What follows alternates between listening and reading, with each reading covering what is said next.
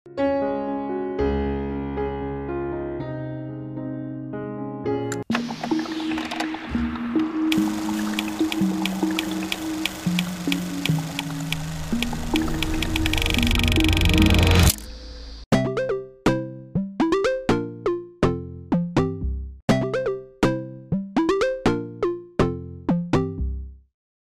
tanya Dok, ini kan batas pemberian yang untuk perdarahan itu kan boleh diambil. Kalau untuk yang untuk bidan itu sendiri atau hanya Semua umum, untuk semua, untuk umum. Iya, boleh. Oke, satu udah jawab ya.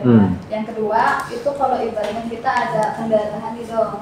Satu pendarahan itu karena dia uterusnya jelek. Kita udah berbagai macam cara ya, maksudnya udah masuk obat-obatan yang anti pendarahan segala macam, dan di situ pun dia masih pendarahan sampai HB-nya itu rendah, dari yang tadinya normal jadi rendah.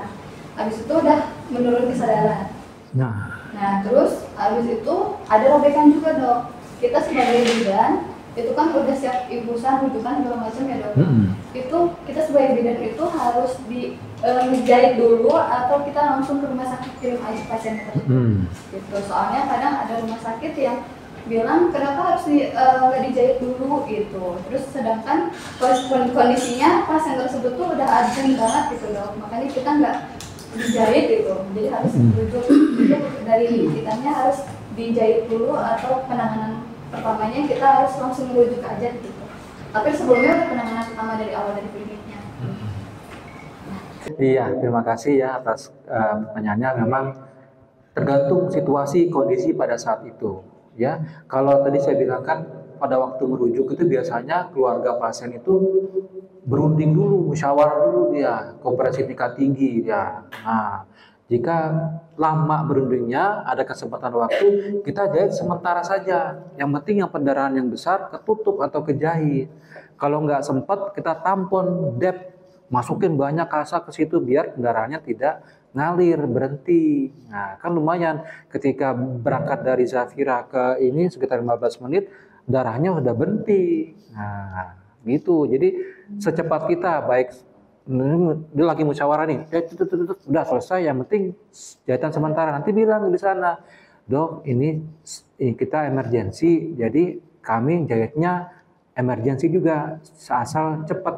Dan pasti di sana di operasi juga, kamar operasi, saya ulang lagi jahitan. Walaupun sebagus-bagusnya jahitan, tetap saya gunting lagi, saya ulang lagi. Jadi nggak perlu serapi-rapi kayak kita nulis sampai bagus, enggak. Yang penting berhenti pendarahannya. Dan kalau nggak bisa, nggak sempat, KTT ibunya, bapaknya, keluarganya udah cepat kelar, nggak pakai KTT non-blok lagi, nah langsung aja tampon aja. Ya, banyak-banyak tampon sehingga pendarahannya ketekan sama tampon itu gitu. Pokoknya bagaimana cara kita untuk mematikan pendarahannya sambil menunggu keputusan dari keluarga gitu. Ya, bagus. Udah jelas? Oke, ya yang lain. Kalau untuk plasenta akreta itu apakah bisa dicegah? Satu itu.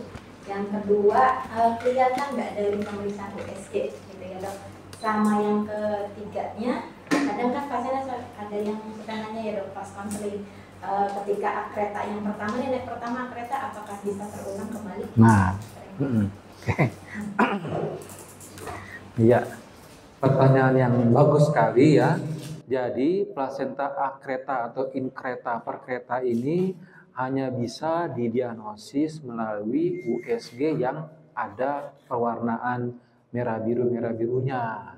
Nah, di situ nanti kelihatan aliran darah dari plasenta akarnya itu apakah menembus uterus atau sampai sejauh mana merah birunya itu ada di uterus. Kalau cuma perbatasan sampai miometrium ya itu masih aman. Tapi kalau sudah ketemu pendarahan plasenta jalan terus sampai di luar uterus, nah itu hati-hati, itu terjadi plasenta yang sudah akarnya ke luar rahim. Nah, plasenta perkreta atau inkreta. Nah, itu tidak bisa kita cegah ya. Plasentanya nempel di situ, gimana caranya? Tapi faktor resikonya, misalnya dulu pernah terjadi riwayat kuretase, ya, operasi sesar, operasi miom. Nah, itu biasanya akar plasenta itu mencari pembudara-pembudara atau makanan-makanan yang bagus. Ya, jadi dia ketika nempel di bekas operasi atau nempel ketika waktu kuret atau operasi miom, darahnya kan nggak bagus di situ. Nah, dia cari darah yang dalam ke atas, akhirnya nembus ke endometrium sampai ke perimetrium. Nah, jadi untuk pencegahannya kita nggak bisa nempel plasenta di mana. Sekarang bagaimana cara pencegahan plasenta previa? Apakah pasiennya harus naik ke atas, nungging ke atas dulu biar plasentanya turun ke bawah? Nggak bisa. Kita nggak bisa mencegah plasenta previa, ya. Letak plasentanya di mana? Nggak bisa kita cegah, ya. Yang kita bisa lihat adalah riwayatnya. Riwayat memang berulang. Jika sebelumnya terjadi plasenta akreta, harus hati-hati lagi. Kemungkinan bisa terjadi lagi sekarang plasenta akreta karena berulang ini riwayatnya. Begitu. Ya, udah kejawab semuanya. Alhamdulillah. Kalau misalkan ada yang melanggar, terus kemudian kalau persalinan itu perdarahan, tapi kalau angkatnya itu kesalahan perdarahan karena sisa hati. Udah kita obatin, udah masuk oksitasi sama misol, perdarahannya udah betul-betul nggak perdarahan lagi, tapi itu ada anemianya, jadi HB-nya itu 8. Apakah itu perlu dirujuk atau gimana? Jadi kalau pendarahan sisa plasenta harus dilakukan kuretase, ya, atau manual plasenta jika nggak yakin, ya. Jika sudah kita lakukan manual plasenta masih ketinggalan hari-hari sebagian di dalam, itu dilakukan kuretase, ya. Kita kerok, kita bersihkan dengan alat busi, ya, dengan alat yang logam, itu harus di rumah sakit. Nah, kuretase. Nah, sekarang HB8 transfusi nggak? Ya transfusi HB8. Di klinik kan nggak bisa transfusi. Jadi harus dirujuk ke rumah sakit dengan transfusi WB 2 kantong, kemudian melakukan kuretase. Itu semua dikerjakan pasti di rumah sakit. Jadi pasiennya harus dirujuk ke rumah sakit. Oke ya, jelas ya.